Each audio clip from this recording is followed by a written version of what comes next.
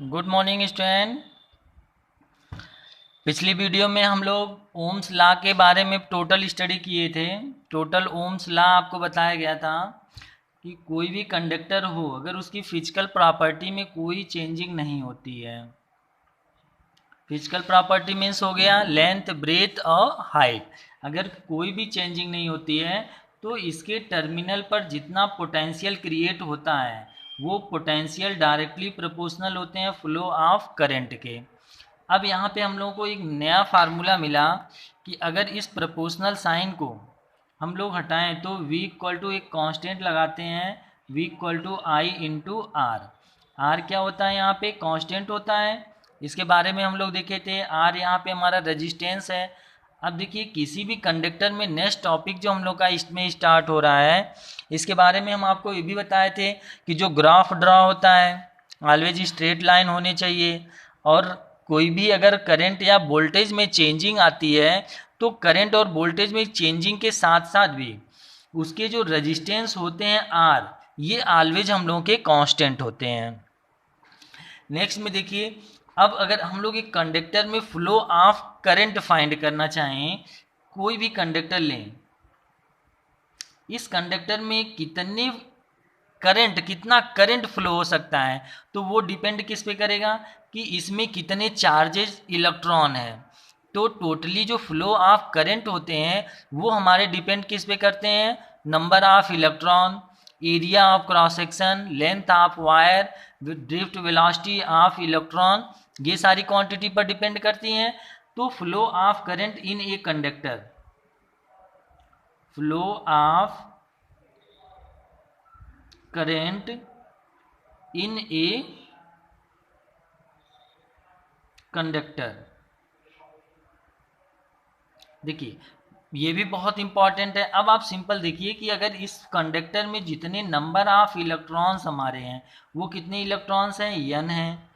Area of cross section इसका कितना? a है। जो इलेक्ट्रॉन मूव कर रहे हैं उनकी ड्रिफ्ट वेलोसिटी कितनी है? vd है। तो फ्लो ऑफ करंट हमारे कितने आएंगे? देखिए पहले तो अगर हम लोग इसमें इजीली सॉल्व करें कि ये फ्लो ऑफ करंट से पहले इसमें टोटल नंबर ऑफ चार्जेज हमारे कितने हैं। टोटल नंबर ऑफ चार्ज अगर हमें मिल गया तो पर सेकेंड या जो भी टाइम इंटरवल हो उतने सेकेंड में कितने चार्ज फ्लो करते हैं, वही फ्लो ऑफ चार्ज मीन्स क्या हुआ? करंट। तो चार्जेज कितने होंगे? चार्ज। तो Q इक्वल टू, देखिए टोटल नंबर ऑफ इलेक्ट्रॉन हमारे कितने हुए? n into e, area of cross section into drift velocity, इन ये हमारे क्या हो गए? कितने टाइम तक फ्लो कराएं इंटू ई। ठीक, तो ये हमारी हो गई फ्लो ऑफ चार्ज। तो करंट कितना फ्लो कर जाएगा इसमें हमारे कंडक्टर में, देखिए इसको ई यहाँ छोड़िए। तो flow of current, flow of current I equal to formula क्या होता है? Q by T. Q की वैल्यू आप पुटअप करिए तो Q इक्वल टू है N E A into V D T by T. T से टी कैंसिल हुए तो फ्लो ऑफ करंट कितना होगा? N E A into V D. ये आता है हमारा flow of current in a conductor. ये बहुत इंपॉर्टेंट है, इसको आप याद रखिएगा कि किसी भी कंडक्टर में अगर नंबर ऑफ इलेक्ट्रॉन हमें गिवन हो और उसका एरिया ऑफ क्रॉस सेक्शन पता हो तो हम लोग फाइंड कर सकते हैं कि उस कंडक्टर में कितना करंट फ्लो हो सकता है। तो वो करंट कितना फ्लो हो सकता है? N E A into V, V D. D means क्या हो गया? Drift velocity. पिछले वीडियो में हम लोग देख चुके थे। अब यहाँ देखिए इतने तो हमारे फ्लो ऑफ करंट आ गए कंडक्टर में। अब अगला नेक्स्ट टॉपिक, इसमें जो करंट हमारा, देखिए पीछे भी हम लोग पढ़े थे current density.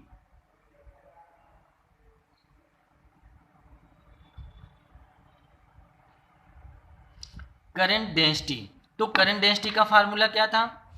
Current density equal to हमारा J equal to I by A. तो आपसे यहाँ रिलेशन पूछ सकते हैं, relation between current density and drift velocity. आप ऐसे निकाल सकते हैं, रिलेशन बिटवीन करंट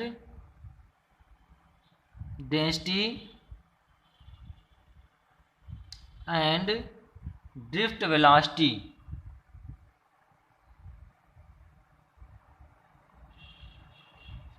देखिए कितना इजीली इसको हम लोग सॉल्व कर सकते हैं, करंट डेंसिटी और ड्रिफ्ट वेलोसिटी में रिलेशन। तो J इक्वल टू फार्मूला होते हैं I बाई ए।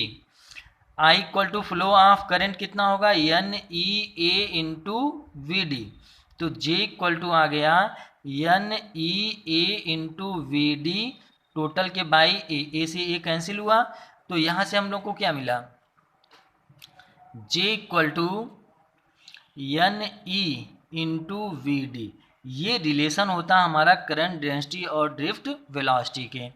तो ये तो कॉन्सेप्ट आपके क्लियर हो गए होंगे कि अगर हम लोगों को किसी भी कंडक्टर में फ्लो ऑफ करंट फाइंड करने हो तो उसमें number of electron, area cross section और इनटू उसकी ड्रिफ्ट इलेक्ट्रॉन की ड्रिफ्ट वेलोसिटी, इन दोनों का ये रिलेशन करंट डेंसिटी और ड्रिफ्ट वेलोसिटी का ये relation J equal to NE into VD बहुत इंपॉर्टेंट रिलेशन है, मैक्सिमम बार क्वेश्चन में बोर्ड में ये आ चुके हैं। अब अगला देखिए, अगर हम लोगों को नेक्स्ट टॉपिक इसके स्टार्ट करने हैं electric energy and electric power, इससे भी रिलेटेड क्वेश्चन काफ़ी अच्छे अच्छे आते हैं। तो अगला नेक्स्ट टॉपिक देखिए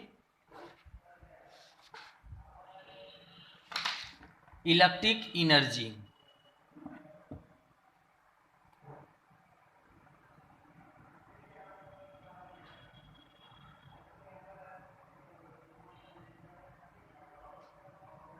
देखिए इलेक्ट्रिक एनर्जी सिंपल, पहले इसको डिफाइन कर सकते हैं। कोई भी आप कंडक्टर लीजिए, इस कंडक्टर को किसी एक्सटर्नल सोर्स से अप्लाई करते हैं, इसमें करंट फ्लो होना स्टार्ट होते हैं। अब इसको हम लोग डिफाइन कैसे करेंगे, the potential difference between 2 point in a electric circuit is defined as the work done in carrying a unit charge from one point to other point। Means किसी भी कंडक्टर में एक इलेक्ट्रॉन को दूसरे एक पॉइंट से दूसरे पॉइंट तक फ्लो करने में जो वर्क डन होता है, डूइंग वर्क डन, अब वो एक्सटर्नल वर्क डन हम लोग को मिलता कहाँ से, एक्सटर्नल सोर्स से। तो जो इसमें वर्क डन हमारे गेन हुए किसी भी पॉइंट चार्ज को वन पॉइंट से अदर पॉइंट तक मूव कराने में, वही एक्सटर्नल हमारी जो एनर्जी आ रही है वही एनर्जी हमारी क्या होती है, इलेक्ट्रिक एनर्जी। तो आप इसको ऐसे डिफाइन करिए, the potential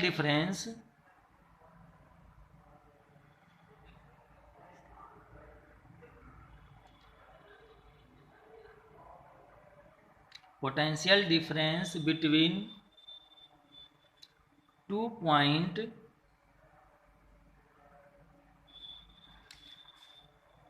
in a electric circuit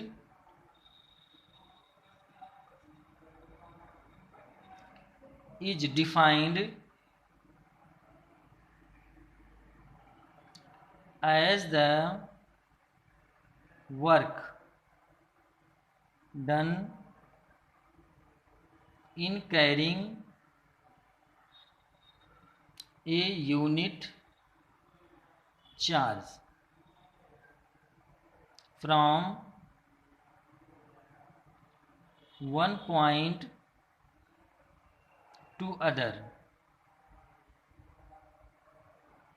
देखिए ये तो हमारे डिफिनीशन आ गए कि जो इलेक्ट्रिक पोटेंशियल के हमारे डिफिनीशन, इलेक्ट्रिक एनर्जी के जो डिफिनीशन होंगे, किसी भी पॉइंट इलेक्ट्रॉन चार्ज को वन पॉइंट से अदर पॉइंट तक मूव कराने में जो वर्क डन होता है वही टोटल वर्क डन स्टोर्ड होता है इन the form of electric energy.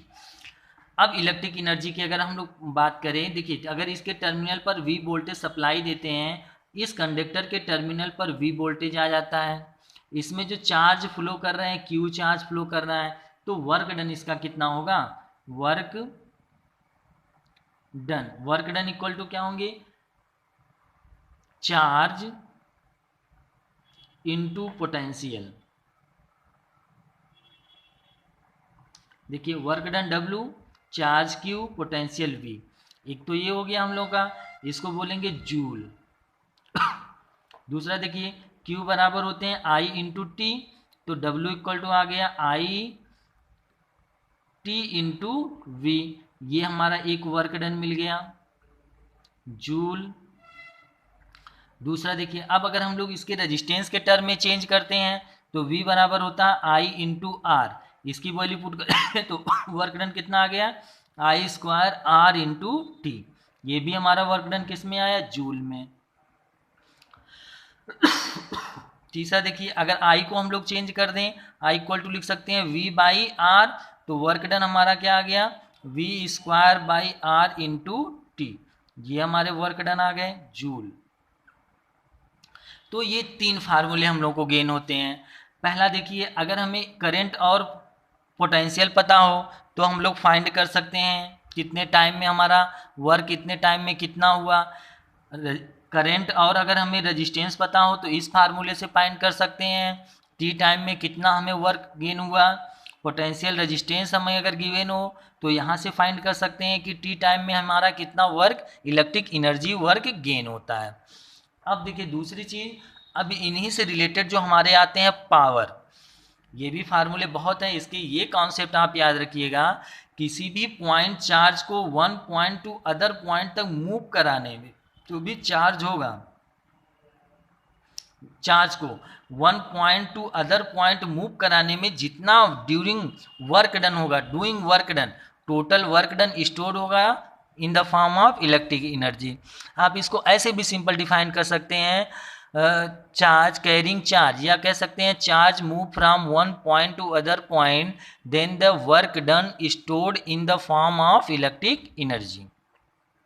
दूसरी चीज देखिए, अब थोड़ी बात करते हैं इलेक्ट्रिक पावर की, जो सबसे इंपॉर्टेंट है। पावर देखिए, पहले सिंपली पावर को डिफाइन करते हैं। तो पावर है क्या, the rate of doing work, the rate of doing work by an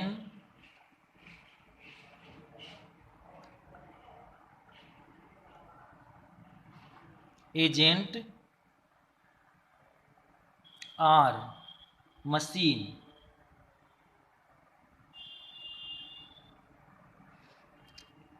is called power of agent or machine।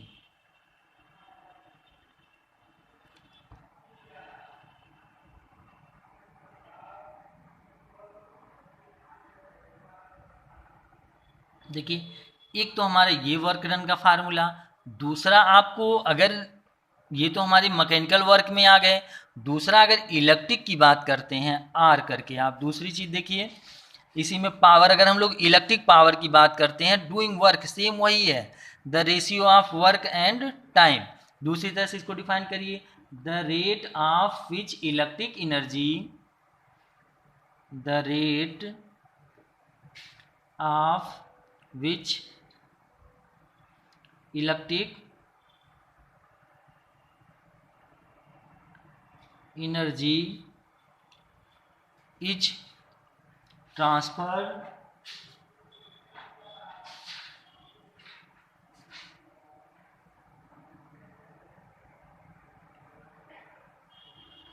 into other form of energy is called electric power. देखिए सबसे easy definition, the rate of which electric energy is transfer into other form of energy is called electric power. बहुत easy है, आप simple, कुछ नहीं आता है तो सिंपली आप बताइए कैपेसिटी ऑफ डूइंग वर्क, या हम लोग सिंपली इसको डिफाइन ऐसे भी कर सकते हैं, the rate of doing work by an agent or machines is called power of agent or machine. ये तो मैकेनिकल का हो गया।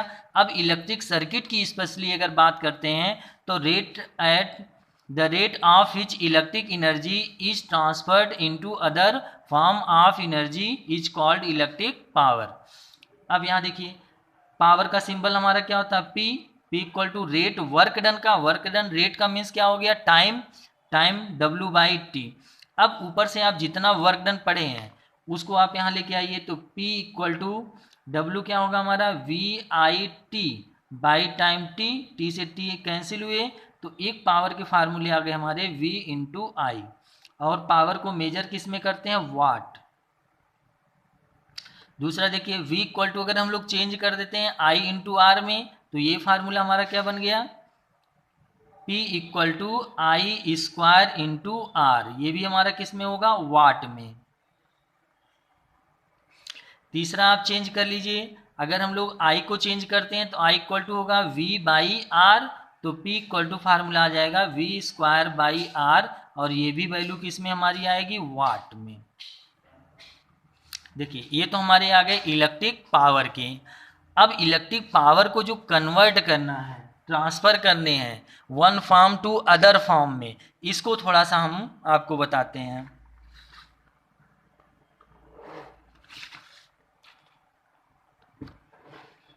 देखिए इलेक्ट्रिक पावर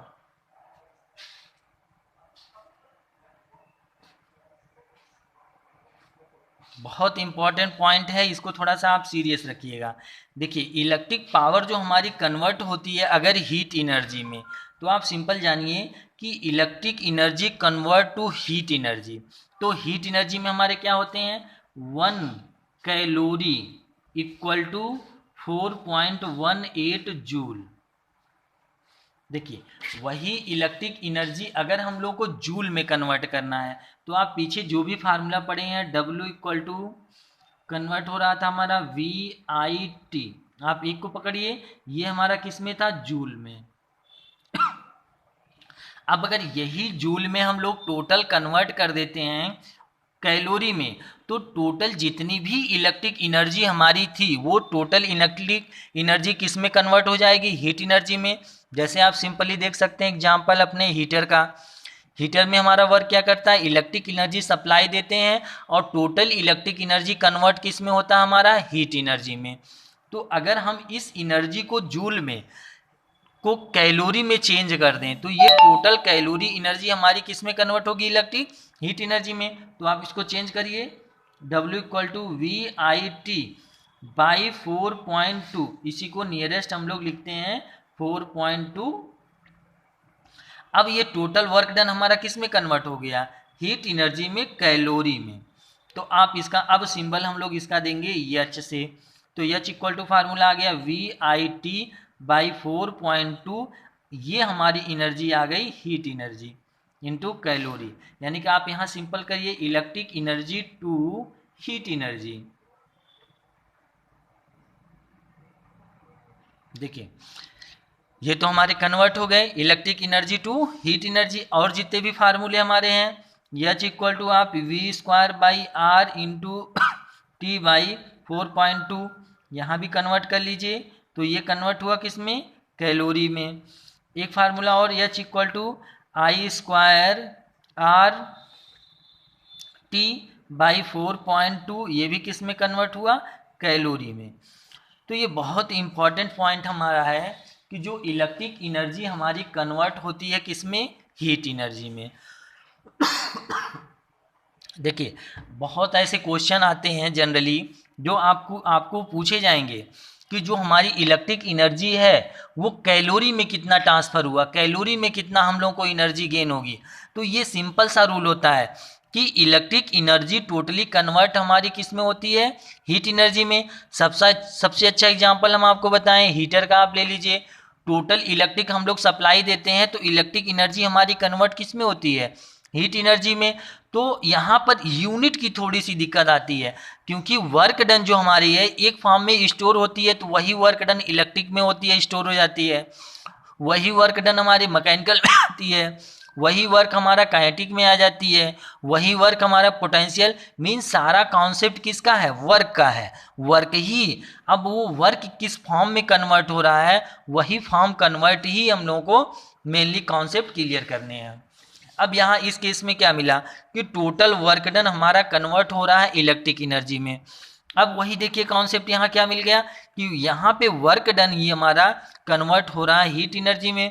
तो जो इलेक्ट्रिक एनर्जी वर्क डन को हम लोग कन्वर्ट करके लाए थे किस में, इलेक्ट्रिक एनर्जी में, और वही इलेक्ट्रिक एनर्जी कन्वर्ट किस में हो रहा है, हीट एनर्जी में। दोनों में डिफरेंस क्या है, आप जो भी इक्वलाइज करेंगे सबसे ज़्यादा डाउटफुल रहता है हीट ही, क्योंकि यहाँ पे हम लोग को जो हीट एनर्जी मिलती है वो हीट एनर्जी टोटल होती है हमारी कैलोरी में, और जो हमारी इलेक्ट्रिक वर्क डन होता है वो वर्क डन किस में होता है, जूल में। तो इस जूल को अगर हम कैलोरी में चेंज कर दें यूनिट से, तो वो सारे वर्क डन हमारी यह कह सकते हैं आप इलेक्ट्रिक एनर्जी कन्वर्ट हो जाती है सिंपली वो हीट एनर्जी में। तो एक बेसिक ये कॉन्सेप्ट क्लियर हुआ। अब नेक्स्ट वीडियो में हम लोग पढ़ेंगे अगला जो किरचॉफ लॉ है। किरचॉफ लॉ बहुत इंपॉर्टेंट सर्किट में लॉ है, जिसको हम लोग अपने नेक्स्ट वीडियो में अब डिस्कस करेंगे किरचॉफ लॉ का। तो इसको आप क्लियर करके चैनल को सब्सक्राइब लाइक जरूर करिएगा। जय हिंद।